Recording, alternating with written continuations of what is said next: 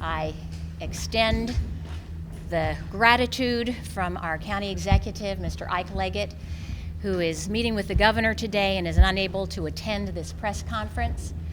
I want to acknowledge that council member of the 4th District and serving the entire community of Montgomery County, Nancy Navarro, is here. And we also have with us today, representing Chris Van Hollen's office, Suzanne Lothelm. The investigation into the explosion and fire at the Flower Branch Apartments on August 10th, 8700 block of Arliss Street in Silver Spring continues. But much progress has been made by our Public Safety Investigative Partnership. We are here today to provide you the updates that we have made, the progress that we have made in this investigation. And now as we move to the next phase and very appropriately hand off to another agency to take a lead in this investigation, we provide you with where we stand today and where we will progress in the future. We begin now with Assistant Police Chief Russ Hamill.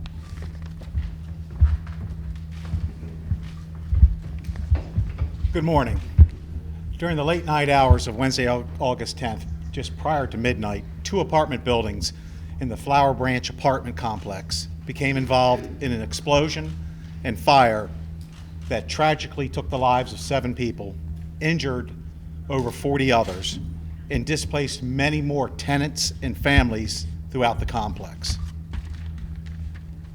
This tragic event has tremendously impacted this community, but especially the families and loved ones of the 7 victims who perished. Since that time, the Montgomery County Police Department has partnered with the Montgomery County Fire and Rescue Service, Montgomery County Emergency Management, Homeland Security, and the Bureau of Alcohol, Tobacco, Firearms, and Explosives in an attempt to determine the cause of the fire and explosion from that evening. From the beginning, it has always been our goal to bring resolution and as much comfort as reasonably possible to the victims' families and the community. Over the course of the last week, we have provided updates as the investigation yielded developments and provided as much information as we possibly could to the community. Today, all of us, and with our differing responsibilities and roles, have additional information to share. Detectives with the Police Department's Major Crimes Division have been responsible for the death investigation of the 7 victims. Since the early morning hours of August 11th, while remaining in contact with all the families who reported missing family members, we have worked diligently toward confirming each of the victims' identities and determining the cause of death for each victim. The identification process has been extremely challenging for reasons related to the blast, fire, and collapse of the buildings on Arliss Street. So using available DNA and coordinating with the Office of the Chief Medical Examiner and the ATF, we can confirm the following victims' remains have been identified. Augusto Jimenez Sr., Maria Castellon Martinez, and Saul Penanagua have been identified through our processes. Investigators will continue to work until all of the victims have been identified so that they can be returned to their families. We are hopeful that this portion of the investigation will conclude very shortly. And as I said, all responsible agencies will continue to work diligently towards that end. At this time, we do not believe that there will be any additional victims. And I also want to thank, I'd be negligent if I didn't thank some people and agencies right now. Especially want to thank the Department of Fire and Rescue Services, the ATF, the NTSB now, the Emergency Management and Homeland Security section of the police department of the county. Sorry, Earl. So many other county and state and federal agencies that have stepped in to help us, and especially the Red Cross, which has taken care of the families along with HHS from the county, during these very trying and difficult times. And finally, the community. We've worked very closely with numerous members of the community down here in the Piney Branch corridor and other areas of our community to try to bring about resolution in this matter. I promise you, I promise the families, I promise everybody so adversely affected by this, we will continue to work hard, work long hours until we can put this entire matter investigatively to rest. And the thoughts, hopes, and prayers of the members of my agency are especially with the families at this time. Thank you.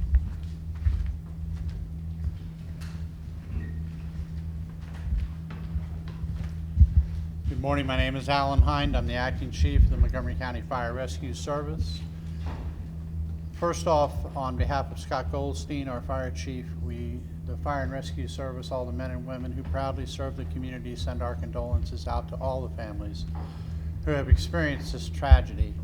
And we will do everything we can in our power to reach out to the community continuously and try to help them understand what to do when these type of incidents occur and how to be prepared when a disaster occurs, whether it be man-made or it is an act of nature, so that when they are uprooted rapidly from their homes, that they are hopefully better prepared to make it through the first 72 hours of the recovery. The Montgomery County Fire Rescue Service, our Fire Investigation and Explosion Unit, is working with our federal partners, the Alcohol, Tobacco, and Firearms, and the National Transportation Safety Board, to unfold this tragic event, to get down to the probable cause for the incident.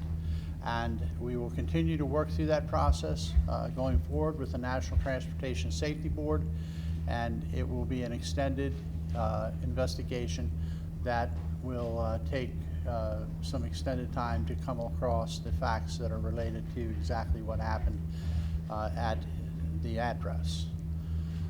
At this time, we will be leading at this time, the NTSB will be leading the investigation going forward, and we will be a partner with them going through that process. Thank you.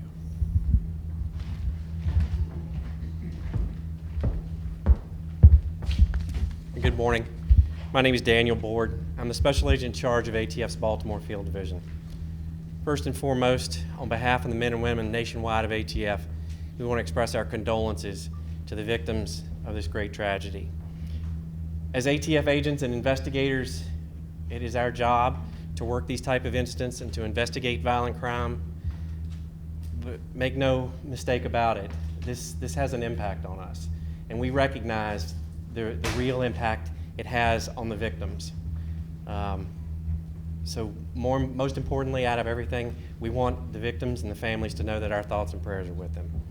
I would like to, as the other chiefs have also said, I'd like to extend a sincere thank you to all our state and local partners who have helped us over the past 8 days, inclusive of the Montgomery County Police Department, the Fire and Rescue Division, and the Maryland State Fire Marshal's Office.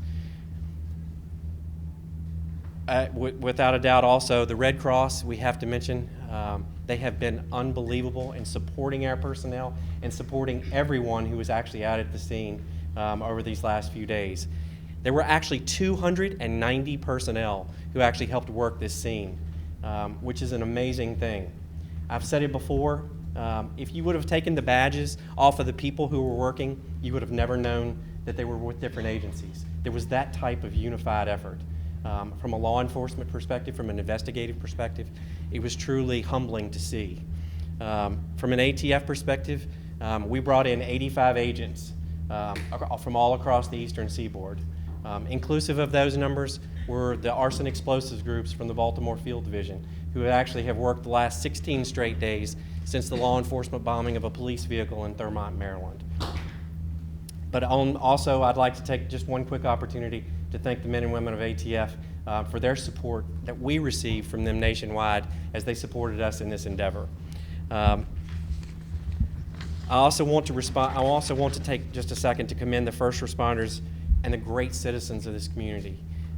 Without their extraordinary action, which resulted in saving of numerous lives, this tragedy could have been much worse.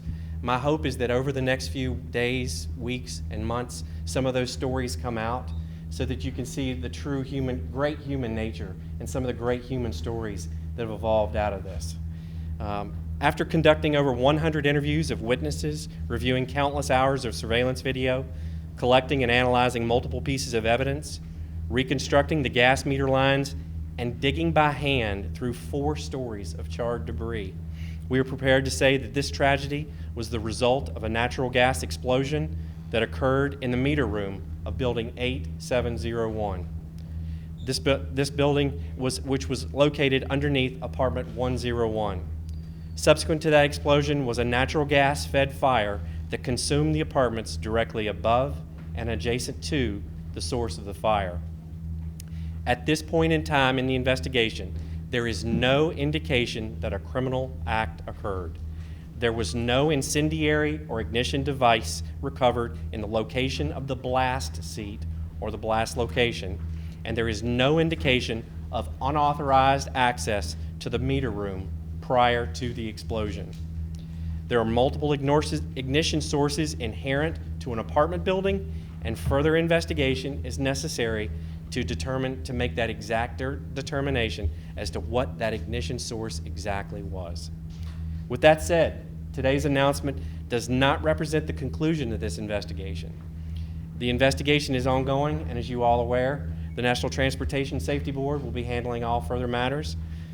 Because of the nature of the incident and the ongoing and independent efforts by the National Transportation Safety Board, there's always a possibility that this assessment could change after further investigation and analysis.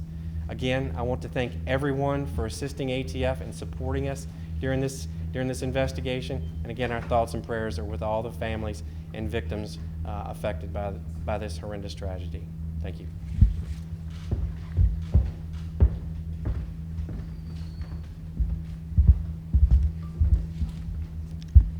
Good morning. My name is Ravi Shah. That's R-A-V-I. Last name Chatre, C-H-H-A-T-R-E. I'm with National Transportation Safety Board, and I'm investigator in charge of this accident. National Transportation Safety Board is an independent federal accident investigation agency, and we are charged by Congress to investigate accidents in modes of transportation like aviation, marine, railroad, highway, and pipeline.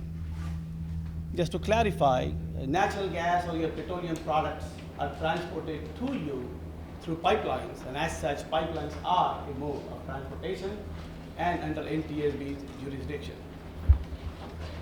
We are under the executive branch of the government, but we report directly to Congress. NTSB's independence is of paramount importance. Congress has charged us to investigate accidents in modes of transportation, and Pipelines Division authority to investigate comes in Title 49, I believe, Chapter 11. Essentially, it tells us to investigate and identify the circumstances and cause or a probable cause of an incident when there is a fatality, multiple injuries, or significant damage to the environment. And as such, NTSB decided to investigate this tragedy. And before I go further, I'd like to offer my deepest condolences on behalf of the National Transportation Safety Board to the victims of this accident and their loved ones. Our thoughts and prayers are with the victims. We started our investigation only yesterday. We had done some site characterization. We hope to stay at the scene no more than a few more days. Having said that, we will conduct lots of interviews and do anything and everything that we need to do to come up with a cause or a probable cause in this tragedy. Typically, the investigation may take several months. Our goal in this case is to issue a report before the anniversary, less than 12 months. Less than 12 months. If we can beat that, we'll try to do that.